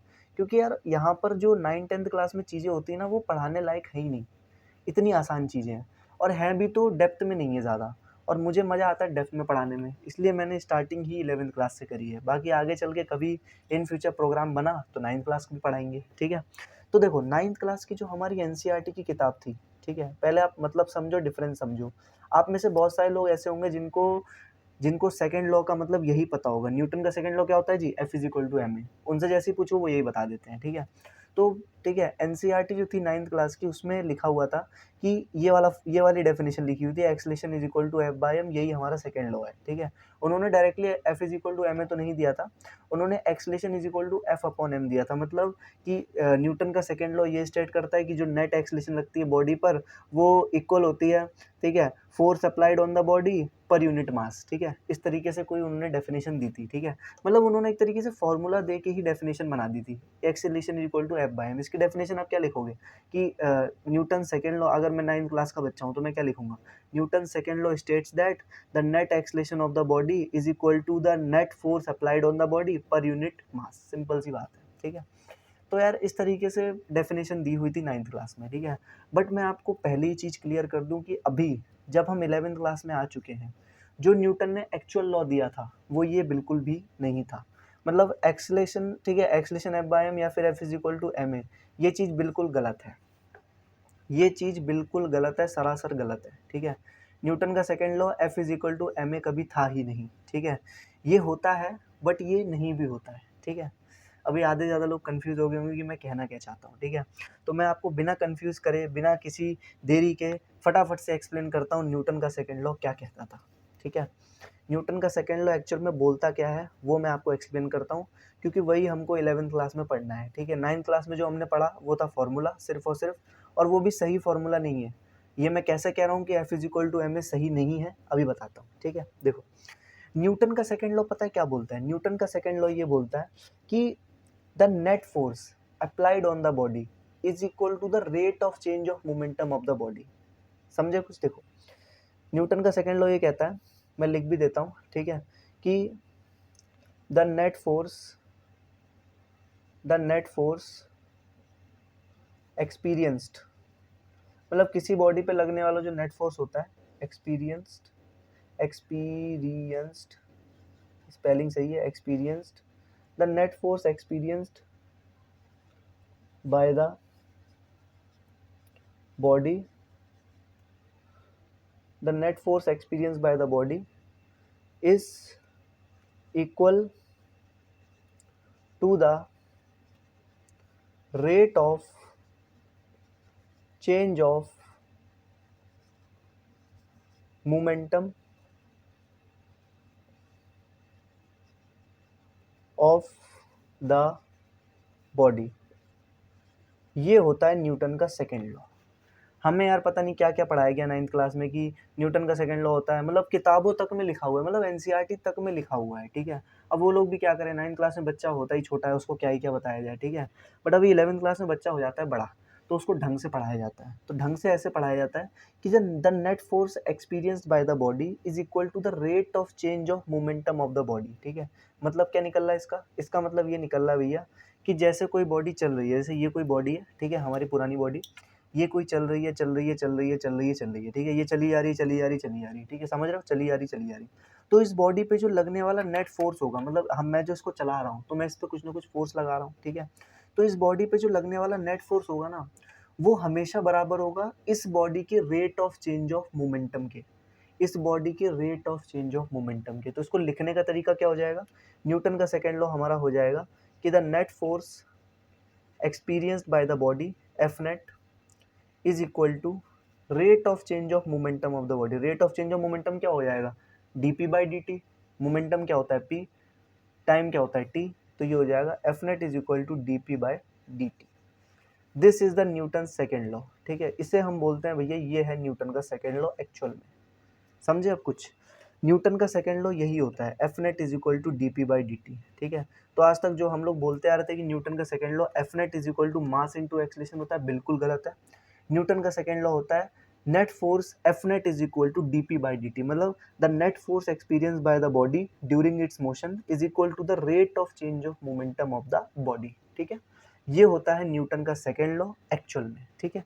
अब F is equal to M A कहाँ से आया वो भी आपको समझाता हूँ, क्योंकि वो पूरी तरह से सही भी नहीं है, पूरी तरह से गलत भी नहीं है, ठीक है। देखो, F net is equal to D P by D T होता है, ठीक है। तो अगर मैं थोड़ी देर के लिए एफ नेट को एफ लिख दूँ, ठीक है, तो एफ इज इक्वल टू हो जाएगा D P by D T, ठीक है। इसके बाद मैं क्या करूँ, D P by D T में पी क्या होता है, पी होता है मोमेंटम, और मैंने थोड़ी देर पहले आपको पढ़ाया था P is equal to M V होता है, ठीक है। अभी पहले ही पढ़ा चुका हूँ, P is equal to M V by D T, ठीक है। अब इसमें क्या करोगे आप, इसमें आप क्या करोगे, इसमें अब आप क्या कर दोगे, इसमें आप लगा दोगे, क्योंकि यहाँ पर अब डिफ्रेंसिएशन करना है एम इंटू वी का, तो यहाँ पर प्रोडक्ट रूल लग जाएगा। तो M into D V by D T plus V into D M by D T, simple, ठीक है। D V by D T आपको पता है एक्सलेशन होता है, D M by D T कुछ नहीं होता, ठीक है। तो एफ इज इक्वल टू आ जाएगा हमारा M into D V by D T A हो जाएगा plus V into D M by D T. ये होता है एक्चुअल में न्यूटन का सेकेंड लॉ, मतलब F is equal to M A पूरी तरह से सही नहीं है। F is equal to M A तभी सही है जब मास कांस्टेंट हो, ठीक है। मतलब जब किसी बॉडी का मास कांस्टेंट होता है ना, तभी F is equal to M A सही होता है, ठीक है। अब आप लोग कहोगे भाई बॉडी का तो मास कांस्टेंट होता है, इसका मास कांस्टेंट है, इसका मास कांस्टेंट है। भाई बहुत सारे केसेस में ना मास कांस्टेंट नहीं भी होता है, अभी दिखाऊंगा आपको, ठीक है। पहली बात तो आप ये समझ लो कि F is equal to M A नहीं होता है, F is equal to M A plus V into D M by D T होता है। आया कैसे, यहाँ से आया, ठीक है। इस बात को आप ध्यान रखना, अपनी कॉपी में लिख लेना, ठीक है। अब मैं इसमें आपको और एक्सप्लेनेशन देता हूँ कि भाई साहब ऐसा कैसे हो सकता है कि मास कांस्टेंट ना हो, ठीक है। तो मैं पहले यहाँ पर लिख देता हूँ कि अगर इसी में ही, ठीक है, ठीक है, पहले इसको मिटा देता हूँ। हमारा एक्सप्रेशन क्या आ गया, F is equal to M A plus V into D M by D T, ठीक है। पहले इसको मिटाते हैं फिर आपको समझाते हैं, पहले इसको लिख लीजिए, लिख लिया, एक मिनट, पहले इसको लिख लीजिए आप अच्छे से, आई थिंक लिख लिया होगा, ठीक है। स्टॉप करके लिख लीजिए। अब मैं आपको फटाफट से समझाता हूँ कि यार ये D M by D T वगैरह का क्या मतलब है, ठीक है। मतलब ऐसा कैसे हो सकता है किसी बॉडी का मास कांस्टेंट ना हो। मतलब हमने तो आज तक जितनी बॉडी देखी है सबका मास कांस्टेंट होता है, इसलिए हम F is equal to M A लगाए जा रहे हैं, क्योंकि अगर मास कांस्टेंट है तो D M by D T zero हो जाएगा, F is equal to M A plus zero is equal to F is equal to M A हो जाएगा, ठीक है। होता है ऐसा, देखो हमने अभी क्या लिखा, हमने अभी लिखा F is equal to M A plus V into D M by D T, ठीक है, हमने ये लिखा। अब इसके बाद मैं आपसे यहाँ पर डायरेक्टली बोल सकता हूँ, ठीक है, कि D M by D T है सिंपल, ठीक है। अब अगर कभी मास कांस्टेंट हो गया, ठीक है, तो किसी भी कांस्टेंट का डिफरेंशिएशन क्या होता है भैया, जीरो होता है, इतना तो आपको पता ही होगा। तो D M by D T वाला टर्म हो जाएगा जीरो, ठीक है, जीरो हो जाएगा। तो यहाँ से finally d M by D T वाला टर्म जीरो, तो finally F is equal to M A आ जाएगा, सिंपल, ठीक है, सिंपल। यानी कि हम इसको लिख सकते हैं F net is equal to mass of body into acceleration of body, simple, ठीक है। ये हो गई आपकी 9th क्लास वाली डेफिनेशन, ठीक है। यानी कि आपको यहाँ से समझ में आया कि 9th क्लास वाली डेफिनेशन तभी सही है जब बॉडी का मास कांस्टेंट है, ठीक है। बट अगर बॉडी का मास जो है वो कांस्टेंट नहीं है, वेरी कर रहा है, ठीक है। अगर मास कांस्टेंट नहीं है, मास चेंज हो रहा है, मास वेरी कर रहा है समय के हिसाब से, vary with respect to time, ठीक है। तो उस वाले केस में जो आपका जो फोर्स निकल के आएगा ना वो m into A plus V into D M by D T आएगा, ठीक है। अब आपको D M by D T सवाल में गिवन होगा, आप वहाँ से निकाल लोगे, ठीक है। तो उस वाले केस में न्यूटन का सेकंड लॉ ये है, और अगर मास कांस्टेंट है तो न्यूटन का सेकंड लॉ ये है। मास कांस्टेंट है, न्यूटन का second law simple, F is equal to M A. और अगर मास कांस्टेंट नहीं है तो न्यूटन का जो सेकंड लॉ हो जाएगा वो हो जाएगा M A plus V into D M by D T, ठीक है। अब यहाँ पर एक चीज़ आप लोगों के मन में डाउट होगी कि सर हमने तो आज तक जितना भी देखा है, वो तो ये देखा है कि भाई साहब मास कांस्टेंट होता है, ठीक है, मास कभी बदलता नहीं है, ठीक है। बिल्कुल सही देखा है आपने, एक्चुअल में ऐसा ही होता है, बट कुछ केसेस होते हैं जिनमें ऐसा नहीं होता है। कौन से केसेस होते हैं अभी बताता हूँ, ठीक है। देखो, पहला केस तो यार ये है कि मास कांस्टेंट, तो भाई साहब ये तो मुझे बताने की ज़रूरत नहीं है, हमेशा होता है, जब तक ना दिया जाए मास को कांस्टेंट ही मानना है, ठीक है। मास वेरी करने का एक एग्जाम्पल मैं आपको देता हूँ, ठीक है। जैसे मान लो यहाँ पर क्या है, एक सड़क है, ठीक है, ग्राउंड है, और यहाँ पर एक हमारे पास ट्रॉली है, ठीक है, ये ट्रॉली है, और यहाँ से हम इसको आगे एक तरीके से लेके जा रहे हैं, ठीक है। अभी क्या थे, यहाँ पे बादल थे, ठीक है, बादल थे। इस ट्रॉली का जो मास था वो कैपिटल एम था, ठीक है। इस ट्रॉली का मास क्या था भैया, कैपिटल एम था, ठीक है। ये आगे ए एक्सलेशन के साथ जा रही है, ठीक है। थोड़ी देर बाद हमने, ठीक है, ये हमने देखा टी बराबर 0 पे ट्रॉली आगे भाग रही थी ए एक्सलेशन के साथ। हमने टी बराबर 5 सेकंड पे ऐसा देखा, ठीक है, कि जो ट्रॉली है ना, ये जो ट्रॉली है इसका मास तो एम ही है, ठीक है, और ये आगे जा रही है ए के साथ ही, ठीक है। बट ऊपर से क्या हुआ, बारिश गिरने लगी, ऊपर से क्या हुआ, बारिश गिरने लगी, ठीक है। अब सिंपल सी बात है, जब ट्रॉली में बारिश गिरेगी तो कुछ ना कुछ बूंदे यहाँ पे पानी इकट्ठा हो जाएगा, और जब यहाँ पे पानी इकट्ठा होगा, मान लो उसका मास स्मॉल एम है, ठीक है। तो यहाँ पर टोटल मास कितना हो गया ट्रॉली का, टोटल मास यहाँ पर कितना हो गया, capital M plus small M. और यहाँ पर टोटल मास कितना था ट्रॉली का, कैपिटल एम, ठीक है। तो यहाँ से आपने देखा मास भी वेरी कर रहा है, मास भी चेंज हो रहा है, ठीक है। तो यहाँ पर जो आप न्यूटन का second law F is equal to M A लगाते हो ना, वो फेल हो जाएगा। आपको यहाँ पर वही वाला लगाना पड़ेगा जो हमने, ठीक है, पहले देखा था। समझे, कुछ इस तरीके से करते हैं। तो टोटल मास यहाँ पर चेंज हुआ, मास चेंज होने का, मास वेरी करने का बेस्ट एग्जांपल यही होता है कि मान लो ट्रॉली आगे जा रही है, उसमें पानी भरता जा रहा है, तो मास ऑफ, तो टोटल मास क्या हो जाएगा, मास ऑफ ट्रॉली प्लस जो मास उसके अंदर भर गया है वो वाला मास, ठीक है। अगर रेट वेट दे दिया है तो आपको simple M A plus V into D M by D T लगा देना है, ठीक है। अभी इतना इस पर लोड मत लीजिए आप, ठीक है, इतना मुश्किल नहीं है, बस आप इतना ध्यान रखो कि न्यूटन के सेकंड लॉ की एक्चुअल डेफिनेशन क्या है, क्योंकि बहुत सारे बच्चे यहाँ पे गलती करते हैं, ठीक है। मास वेरी करने वाला उतने सवाल आते नहीं है इसके ऊपर, ठीक है। आएंगे तो फिर वो सेंटर ऑफ मास वगैरह में आते हैं, वो मैं तब करवाऊंगा। अभी के लिए बस आप इतना ध्यान रखो कि न्यूटन का सेकंड लॉ यही कहता है कि the net force experience by the body is equal to rate of change of momentum of the body, ठीक है। मैं लिख देता हूँ, F net is equal to D P by D T, यही है न्यूटन का सेकेंड लॉ। इसको हम लॉ ऑफ एक्सलेशन भी बोलते हैं, ठीक है। उसके बाद एक चीज़ आपको और ध्यान रखनी है कि अगर मैं इसी डी टी को ऊपर ले जाऊँ, ठीक है, अगर मैं एफ नेट को एफ लिख दूँ तो F is equal to D P by D T हो गया, ठीक है। अगर मैं इसी डी टी को ऊपर ले जाऊँ तो F D T is equal to D P हो गया। अब मैं दोनों साइड इंटीग्रेट कर दूँ, ठीक है, तो इंटीग्रेशन ऑफ डी पी जो होता है ना, ये हो जाएगा डेल्टा पी, ठीक है। तो डेल्टा पी की वैल्यू आ जाएगी integration of F D T, ठीक है, सिंपल। इसका मतलब डेल्टा पी का मतलब क्या है, change in momentum, change in momentum, ठीक है, चेंज इन मोमेंटम होता है ये, ठीक है। और इसी चेंज इन मोमेंटम को हम प्यार से क्या बोल देते हैं, इम्पल्स बोल देते हैं, जिसको हम जे से रिप्रेजेंट करते हैं। यानी कि चेंज इन मोमेंटम को हम लोग क्या बोलते हैं प्यार से, इम्पल्स, ठीक है सर। तो यहाँ पर हमने सिंपल सारी चेन सी बनी हुई है, ठीक है, कि डी टी को इधर ले गए, एफ डी टी दोनों साइड इंटीग्रेट कर दिया, तो delta P is equal to integration of F D T. इसी डेल्टा पी को हम बोल देंगे चेंज इन मोमेंटम, और चेंज इन मोमेंटम को ही हमने एक दूसरा नाम दे दिया इम्पल्स, ठीक है, सिंपल, ठीक है, सिंपल। और इम्पल्स को हम लोग रिप्रेजेंट करते हैं किससे, जे से, ठीक है, इस तरीके से। तो मैंने यहाँ पर एक बना दिया, जे को हम लोग बोलते हैं इम्पल्स, ठीक है, जे को हम लोग बोल देते हैं इम्पल्स, और जे का फॉर्मूला होता है delta P, change in momentum, या फिर इसको लिख सकते हो integration of F D T, ठीक है। Integration of F D T से आपको ये समझ में आ रहा है, मैंने आपको ग्राफिकल नॉलेज पहले ही दे दी है, तो इससे आपको ये समझ में आ रहा है कि it is defined as, impulse is defined as, या फिर delta P is defined as area under curve of F T graph, ठीक है। जो एफ टी ग्राफ का जो एरिया अंडर कर्व होगा वो हमें क्या दे देगा, इम्पल्स दे देगा, ठीक है, सिंपल। जो एफ टी ग्राफ का एरिया अंडर कर्व होगा वो हमको क्या दे देगा, इम्पल्स दे देगा। कभी अगर आपसे इम्पल्स पूछे और एफ टी ग्राफ दे दे तो आपको उसका एरिया निकाल देना है, वो आपको इम्पल्स दे देगा, ठीक है, सिंपल, इस तरीके से। और कभी डेल्टा पी दे दे तो वही हमारा इम्पल्स होगा, ठीक है, इस तरीके से। इस पेज को आप एक बार देख लीजिए क्योंकि इसमें मैंने इम्पल्स वगैरह के बारे में अच्छे से एक्सप्लेन कर दिया है, ठीक है। आई थिंक मेरे ख्याल से आपको एकदम क्लियर होगा, ठीक है। अब मैं आपको एक छोटा सा सवाल करवा देता हूँ इसी के ऊपर, इम्पल्स के ऊपर, जिससे कि आपको ये वाला पार्ट एकदम बढ़िया तरीके से रिवाइज हो जाए, अच्छे से समझ में आ जाए और आप बढ़िया तरीके से आगे भी इस चीज़ को समझ पाओ। अब जैसे कि भाई यहाँ पर मैंने एक सवाल दे दिया, ऐसे ही सवाल जनरली कॉम्पिटिटिव एग्जाम में, बोर्ड्स में पूछे जाते हैं, ठीक है, 11th क्लास के बोर्ड्स में। जैसे यहाँ पर हमको एक ग्राफ दे दिया, एफ टी ग्राफ, ठीक है, इस तरीके का हमारा ग्राफ है, ठीक है। ग्राफ आपको दिखा देता हूँ, ऐसा है, ठीक है, ये इसका एरिया हो जाएगा पूरा, ठीक है। और ये सवाल मैंने जस्ट अभी अभी बनाया है आपके लिए, ऐसे ही सवाल पूछे जाते हैं इसके ऊपर, ठीक है, बहुत बार तो जेई में भी पूछे गए हैं, ठीक है। तो यहाँ पर हमको देखने को मिल रहा है इस तरीके का हमारा ग्राफ है, ठीक है। तो ये इसका एरिया हो जाएगा, सिंपल, ठीक है। तो मैं यहाँ पर भी एक बार बना देता हूँ, इधर की तरफ फोर्स है, इधर की तरफ टाइम है, ये ग्राफ हमारा इस तरीके से जा रहा है, ये है 20 न्यूटन, ठीक है, ये हो जाएगा 5, ये हो जाएगा 10 सेकेंड्स, ठीक है, 5 सेकेंड 10 सेकेंड, ठीक है।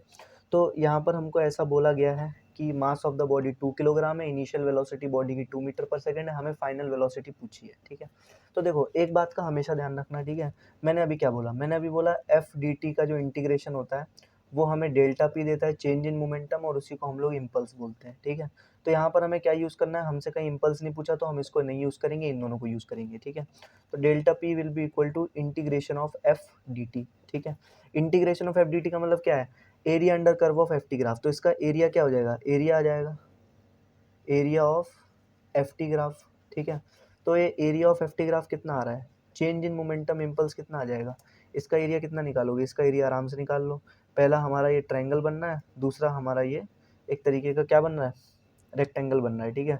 तो पहले इस ट्रायंगल का area half into base into height, plus फिर इस रेक्टेंगल का एरिया 10 माइनस 5 इंटू 20, ठीक है, बेस इंटू हाइट, है ना, इस तरीके से। तो ये एरिया कितना आ जाएगा, ये आ जाएगा हमारा 50 प्लस 25 जा 100, ये आ जाएगा 150, ठीक है, 150, यानी कि चेंज इन मोमेंटम कितना आ गया, 150 आ गया, ठीक है। इसकी अगर कोई यूनिट पूछे तो ये हो जाएगी किलोग्राम मीटर पर सेकेंड, ठीक है। यही हमारा इम्पल्स होगा, इम्पल्स की भी यूनिट यही हो जाएगी। तो चेंज इन मोमेंटम कितना आ गया, 150, ठीक है। अब चेंज इन मोमेंटम मतलब final momentum minus initial momentum, तो मास तो सेम ही रहेगा, m into we final minus we initial is equal to 150, ठीक है। तो यहाँ से मास कितना था 2, final velocity u final minus u initial बराबर 150, तो ये इससे कट जाएगा, ये आ जाएगा 75। तो u फाइनल जो निकल के आ गया हमारे सामने वो कितना आ गया, ये आ जाएगा हमारा 77 मीटर पर सेकेंड, ठीक है। तो मेरे ख्याल से आपको एकदम क्लियर हो गया होगा, बस आपको एरिया निकालना आना चाहिए, उसके बाद तो हमारा सवाल ऐसे ही हो जाता है, ठीक है। सबसे पहले एक बार और एक्सप्लेन कर देता हूँ, एफ टी ग्राफ दिया था 5 सेकंड 10 सेकंड 20 सेकंड। सबसे पहले हमें पता था integration of F D T बराबर डेल्टा पी बराबर इम्पल्स जे, ठीक है। तो हमने क्या किया, डेल्टा पी को integration of F D T के बराबर कर दिया, और यही क्या है, area of F T graph है, ठीक है। तो area of F T graph निकालने के लिए हमने क्या किया, पहले ट्रायंगल का एरिया लिया, फिर हमने स्क्वायर का एरिया लिया, दोनों को ऐड कर दिया। तो ट्रायंगल का एरिया कितना है, half into base into height, half base 5 height 20 plus rectangle का एरिया बेस इंटू हाइट, ठीक है, रेक्टेंगल का एरिया बेस इंटू हाइट, ठीक है। तो 10 माइनस 5 इंटू 20, तो ये आ जाएगा 100, ठीक है। ये ट्रायंगल का एरिया 50 आ गया, रेक्टेंगल का एरिया 100 आ गया, टोटल एरिया 150 आ गया, चेंज इन मोमेंटम 150 हो गया। चेंज इन मोमेंटम को 150 कर दिया तो चेंज इन मोमेंटम क्या हो जाएगा, final momentum minus initial momentum. तो मास कॉमन ले लिया क्योंकि मास सेम रहा है पूरे प्रोसेस में, अगर कुछ ना दिया जाए तो मास को सेम ही मानना है, ठीक है। Into we final minus we initial, mass 2 है, 2 को 150 से काटा तो ये आ जाएगा 75, 75 में हमने 2 ऐड कर दिया 77, ठीक है। इस तरीके से सिंपल मैथमेटिक्स है और आपका सवाल यहीं पे ख़त्म हो गया, ठीक है। तो इस सवाल को आप एक बार प्रैक्टिस कर लीजिएगा, एक मैं होमवर्क दे देता हूँ, उससे आपको और ज़्यादा अच्छे से समझ में आ जाएगा, ठीक है। तो इसी के साथ साथ ही मैं आपको होमवर्क भी दे देता हूँ एक, ठीक है, जल्दी से बस डेटा चेंज कर दे रहा हूँ, उसके बाद आप उसको होमवर्क में करके लेके आना, आपको और अच्छे से क्लियर हो जाएगा सब कुछ, ठीक है। फटाफट से, टाइम नहीं है ज़्यादा हमारे पास। अभी न्यूटन का थर्ड लॉ भी बचा है। न्यूटन का थर्ड लॉ खैर मैं उतना नहीं बताऊंगा क्योंकि वो बहुत आसान है, सबको आता है। न्यूटन का सेकंड लॉ ज़्यादातर लोगों को नहीं आता, इसलिए मैंने बता दिया, ठीक है। सेम सवाल है, ठीक है। बस मास ऑफ द बॉडी को थोड़ी देर के लिए 3 kg मान लो, ठीक है। 3 kg मैंने दे दिया, और फोर्स जो है वो यहाँ की तरफ लग रहा है 30 न्यूटन, ठीक है। 30 मतलब एक तरीके से यहाँ पर जो है ये 30 है, ये 5 है, ये 10 है। Mass of the body 3 kg है, और इनिशियल वेलोसिटी भी 3 मीटर पर सेकेंड है। सब कुछ 3 दे दिया, ठीक है। अब आप बता दो फाइनल वेलोसिटी कितनी होगी, ठीक है। सिंपल, समझ में आ गया। ये है आपका होमवर्क। इसके आंसर जो है वो आप हमें कमेंट में करोगे, ठीक है। इसके आंसर आपको करने हैं किसमें, कमेंट में, ठीक है। यू फाइनल भी निकालो और इम्पल्स भी निकाल के दिखाओ। वैसे इम्पल्स तो आप एरिया से निकाल लोगे, आपको पता भी है, अभी मैंने करके भी दिखाया था, बट एक बार फिर से कर देना, ठीक है। इसको आप कमेंट करना, ये आपका होमवर्क है। ऐसा सवाल जरूर प्रैक्टिस कर लेना क्योंकि स्कूल लेवल पे ये बहुत ज़्यादा पूछा जाता है, और जेई लेवल पे भी, और नीट में तो आता रहता है, ठीक है। सो गाइस, फाइनली हमने न्यूटन्स लॉज ऑफ मोशन का पार्ट 1 कंप्लीट कर लिया है। इसका पार्ट 2 और पार्ट 3 बहुत जल्द आएगा। ये चैप्टर हम 3 पार्ट्स में कवर करेंगे। तब तक के लिए thanks for watching. Like, share, subscribe if you love the content. बने रहिए स्मार्ट स्टडीज़ के साथ, सीखते रहिए कुछ नया, कुछ बढ़िया, कुछ यूनिक, और करते रहिए डिफरेंट डिफरेंट तरह के क्वेश्चंस को प्रैक्टिस। Tata, bye bye.